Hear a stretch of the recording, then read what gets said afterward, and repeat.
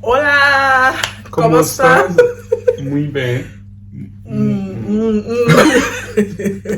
Hello, I'm Toby Daniels. And I'm Seyi Daniels. Welcome back to my channel. If you're returning, good to have you. We're saying hola because actually we're currently in Spain. I'm in Barcelona. You're in Spain, and just on a short little vacation. Make sure you check out the vlogs. We went to Andorra as well. And Andorra La Vella. Yeah, Andorra, is it La Vella? Yeah, that's the capital. So we're there and it was really, really lovely. Anyway, so check out the videos, which I may have posted or I'll be posting them after this video most likely. But you can also go on our Instagram, check out our highlight. We always put highlights of our travel there. Anyway, that's not why we're here. We're here to discuss something really important. We're here to discuss money, builders, and property. Money, builders, and property. Correct. MVP. Anyway, today's video, by the way, we are just a little bit of an introduction about us. We're property investors and developers, and so we buy rundown properties and then refurb them and rent it out. So it means that we're constantly dealing with builders because we don't do the works ourselves. And today's video is about how we lost about £20,000 and they're about to a builder, but then recovered it back, more importantly, and how you can do that as well. So it's about how you can protect yourself and make sure that you're not losing money to rogue builders. So stay to the end and you'll see how to do that. So we'll give you a little bit of a story of what happened, and then we'll go into it. All right, so do you want to talk us through, because you actually probably got a builder, so if you just tell us a little bit about that. Yeah, so I got the builder through the usual platforms. I think it was mybuilder.com or Trade or Check a Trade or something, and I got him to do a small job for me, more like a maintenance job. Okay. Earlier in the year, and it was fantastic. It was really, really good and efficient. And then I called him for another maintenance job, and he came again and he did a fantastic job. So now, at this point, we started a project with another team. So a different builder, different contractors. Yeah, and this guy started, but within the first couple of weeks, we did realize that this were not going anywhere. Yes, even before they started, there was a particular question he asked that the first builder said this is a different builder that made me think, this is guy no, and it was something about was asking for if we had the valuation report and if we knew what was it the roof type or something, and I was thinking on the first day of starting the job, he did ask for the valuation report, like a comprehensive valuation report. Yeah, there were just some questions he was asking. I was kind of really raising about red things flags that weren't necessary. Within a week or thereabout, we did realize that this guy wasn't serious, and he was lying, and we just cut him out early on. So we decided to change builders. Now, in looking for builders, especially when someone has started the job, it's usually a lot more difficult because every builder you're interviewing to come are wondering, why did the other builder leave? Did you not pay them? Were you nasty? They're just trying to understand what's happened. So that is the first red flag for them, which makes them sort of increase their price just to cover for anything that could possibly go wrong. Anyway, I just remembered, there's this builder who had done something for us. And then I called him up and said, I've got a bigger project or a full house refurbishment. Is this something you can do? And immediately he set up a meeting, and he was traveling from about an hour and a half to have to come to this job. But he said it was fine and he could do it in record time. So this is how we got this builder. And remember that because I'd worked with him on smaller jobs, obviously smaller jobs, these are a day job, sometimes a few hours job, and it was perfect. And I didn't even have to be on site for him to do it. So I assumed that... Wrong on our part. Yeah. I mean, to be fair, if he's done it twice and it was Yeah, good. but again, just because someone can do, say, like a maintenance job or a quick day job, doesn't mean like they can do like a full house refurb. And even when they do a full house refurb on house one, doesn't mean like they will do the second one. Do an house two. So it's all about also like doing your due diligence and anyway. So we got this guy, and he had the contract sent to us. We went through all the back and forth in terms of what needs to be done, and he did the contract, and he then sent us the contract and said we had to pay before he started the job. Again, because we've worked with him before, usually we wouldn't pay people, but I think we did pay. We negotiated to a small amount. Did we pay before he started? Just like a mobilization fee the day before, because he kept on saying if we didn't pay, he was going to invalidate his insurance.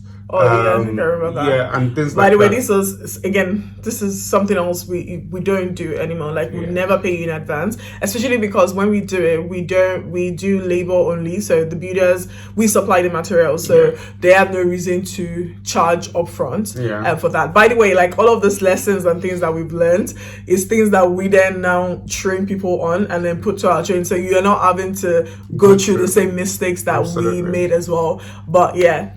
So that happened, and then it turned up the first day, and a few days in, things were good. I mean, from the first week, I actually remembered. So the issue was he couldn't start when we wanted him to start. And then after we went back and forth, he said, okay, you know what, we're finishing up on the other job. I can get some guys to come start. So they started, say, on a Wednesday, and then they worked on a Thursday, and Friday he did say, something happened with his crew, but they needed to finish the other job and all of that, so they were gone for the weekend, and then back again on Monday, and then he sort of continued. But I remember also, sorry Scott, I remember also like as time went, because we were with him for like say 6, 7, maybe 8 weeks. I feel like it was kind of one of the longer, because on this particular Probably project, like 6 weeks. Maybe like 6 weeks. On this particular project, unfortunately, we had 3 different builders eventually, because again, we didn't actually finish with this builder. But I remember like at some point, it will become like unreachable, like during like weekends or like during the day, and then it would just like finally like send you these paragraphs and paragraphs like at night, either very early in the morning or at night was when it would send those messages, and it would send them so well, and it would be so well written, well saying, articulated, like very well written, apologizing, and then saying, okay, this is what's going to happen now, and then this is what's going. We're kind of probably going to have to speed up the story. It's kind of like a long story, to be honest. Yeah, I mean, I'm not sure if we mentioned this somewhere in previous videos about a builder that said they were driving on the motorway. I think we mentioned and they ended up, someone ran the van into a bank. Now, this person was on the motorway. How do you get a bank on the motorway? Anyway, that was one of the lies. We did a video saying like reasons why you shouldn't invest in property. And I think one of the reasons was about rogue builders. So this story was from that story that I just mentioned was from this builders. So cut the long story short, if you're interested in more content, if you want like a full gist of like this project and just let us know. Different builders that we and the different excuses, we can do like a full story time on it. But anyway, let's got to the so with this guy, because he was a wordsmith, so he was really good with his words, and he understood project management language well, so he did itemize things that we needed to do, process flow, and he started demanding for money because we usually supply material, so we don't usually give money up front, but for some things he said he could source it cheaper, so we started paying him for stuff, and I believe that we were on vacation. But even before we got to vacation, we got to there was like, it will send you pictures. So like at the end of every day, or was it every week? I think every day, like they were actually on site. They weren't on site all the time, but times that they were on site, like it'll send you a report and say they did XYZ. Like again, very well articulated. So I think he really had that going for him in terms of like he could really write well, and then write. So you just really you believe everything. Oh, they did XYZ today. Tomorrow they will be doing XYZ. So this is also, it's like just very well written. I was thinking, actually I remember like first time you got the one of those messages, report, you're like, oh wow, like this is such a new experience for you. You're really like really comfortable with it. Well, clearly it was all part of this scam. So we were away, and just like Tommy was saying, so he started sending us progress report that weren't actually progress. So for example, they painted one room, and now they had jumped a lot of processes to get to painting.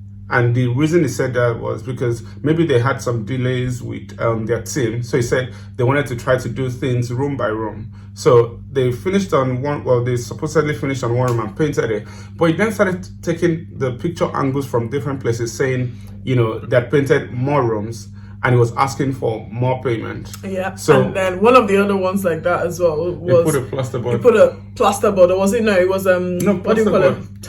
Panel. It also yes. did panel. Okay, so it put a plasterboard once, but he also put panel. Yeah. So we use like panels for bathrooms most times, and then so he put panel on one wall, took a picture of it to make it look like the panels had been fitted. Guys, guess what? It was only on that wall, and even on that wall, it wasn't fitted. He just placed it on there. I remember like going there like during the weekend. You and I went there, and then we saw everything, and the place just looked like a complete, like nothing had been done. Yeah. Remember like with scaffolding as well that we paid for. Yeah. So we were on. Yeah, you're right in terms of like we were actually on vacation. Yeah. We were in LA at the time. Whilst it was a great holiday, unfortunately business was suffering really bad at that time. Well, we didn't even know. Yeah. So because I remember we did an extension and they'd done the break, so they're supposed to put plasterboards on it. So he put plasterboard around the extension. Bear in mind the roof of the extension was covered to an extent, and there was no window, but he put the plasterboard as though it was all plasterboarded. And we got to site when we did the plasterboards, because they weren't glued to the wall or anything. They had come down, they had broken into pieces, they had bent out of shape, which cost us a lot of money. But I guess to cut the long story short, and then the reason why he was giving all those reports and sending all these pictures was as he was doing that, each time he was asking for more money, which was really the point of the video. Like and his point was always that if we don't pay, they won't be able to pay the team and they can't continue. And sometimes it was almost to the point of they won't turn up, guys. I have to say this I knew like this video is getting long. I wanted to keep it to 10 minutes. Anyway, I remember that this guy said one of the days he said that he brought the team there was no one on site. Like Seyi got there was no one on site. I was at work at the time, and then there was no one, and we were calling him, he wasn't picking up. Eventually I think he picked up after your call after a few hours, and it was like, oh my god, like, how are they not there? Like, that he dropped them by himself. Like he said that with his mouth, that he dropped them, that and he's he so said concerned. He even had a picture to show. and I was like, why do you have a picture to show? Like, wait. And then he was saying like he's even a bit concerned to find out that they're not there, that he needs to find out what's happening, blah, blah, blah. This was just one of his many lies. Anyway, cut the long story short, and eventually we just stopped hearing. I think we stopped hearing from him. We just stopped hearing from him after, and then this is after we had like given him money, particularly when we were away and we couldn't see like what was being done, but we just kept on requesting, especially because we added some additional things like the scaffolding, for instance, where we were just saying, we had the contact that could do it, so we'll pay for that as well. We'll do, and roofing, and nothing, like none of those things were done. Actually, in hindsight, did they do anything? Was there any part of the house that they actually did? Thinking about it, I think he was a maintenance guy, so he wasn't skilled enough to be able to do anything reasonable. And on the long run, the things they did, because he built an extension, we had to break down the extension, like took out the old roof. Oh yes, it did. Oh, I remember that. Like even the brick, it was a shoddy job. Well, they literally had to break it down to do it again. I mean, I don't want to go into the details, but it cost us so much money. In money, in materials. And then I think the most painful part, as well, where we then started getting a bit concerned, was because the things they did were wrong. Yeah, so we're just concerned that even the other things they did that maybe we couldn't even see it, were they going to be okay? Then some of the materials we bought were missing on site. Oh yeah, there are quite a few things that were missing on site. Yeah. Anyway, and then that gets us to the point where he walked off eventually, say probably about after 6 weeks, and we didn't hear from him anymore. Never said anything. Till today, this was not even this year. Till today, we've not heard from him, and I think we paid him at this point. I need to check, but I think it was probably about 20,000, if not more. Actually, probably could be more. Do you want to say something? But the good thing was we paid him. Oh, I'm getting to that, but carry on. Yeah, we paid him using. We paid him for most of it. Yeah, for most of the stuff using credit card. Yeah, credit card through our PayPal. So we linked the there are two things. We paid him some. Yeah. So there's this SumUp. There's something called a payment platform called SumUp, and so if you use SumUp, like if a supplier, contractor, register or builder registers with it, you can pay them via that, and then so you can pay them with card, and then also because the builder themselves, they don't have like card readers or whatever to take payments, actually because this is labor, and then we paid. I think it was mostly through SumUp. So it went out through our card for most of it, but not all of it. There was some we paid from just from bank transfers. Unfortunately, those were lost, but most of it, I would say probably about 12-15k of that was through credit cards. And also the reason why we do this, like in terms of like paying through credit cards, because we're also getting points for it, which we kind of use to upgrade with our travel and stuff, which is a win-win for everyone. Anyway, I was so glad we did it. Eventually we didn't turn up anymore. I just went to Amex. All of the charges we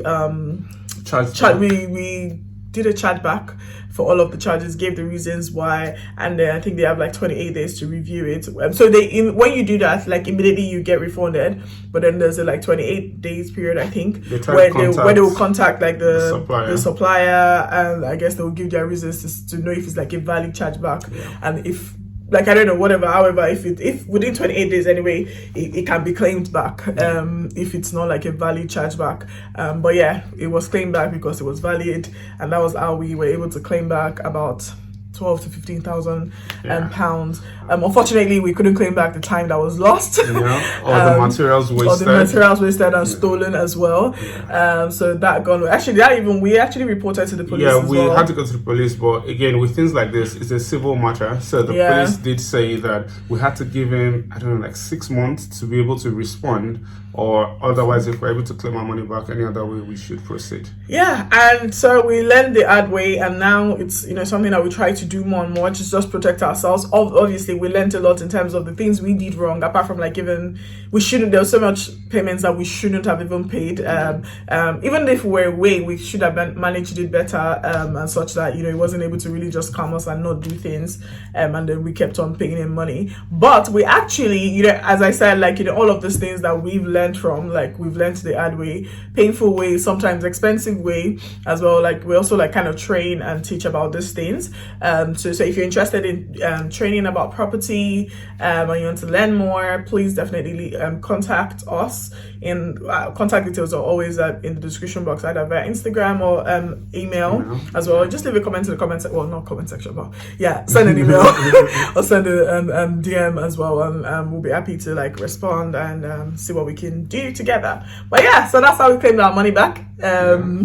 Don't do what we did, learn from our mistakes, but keep investing in property. I love it, absolutely love it. I guess property can be very forgiving, so you can be very forgiving. Actually, I absolutely love it. All right then, thank you so much for watching. I'm Tommy Daniels, and I'm Seyi Daniels. Goodbye, and let me know if there's any more stories or things that you want to ask us or film about, not just about property, but also about property. All right then, bye.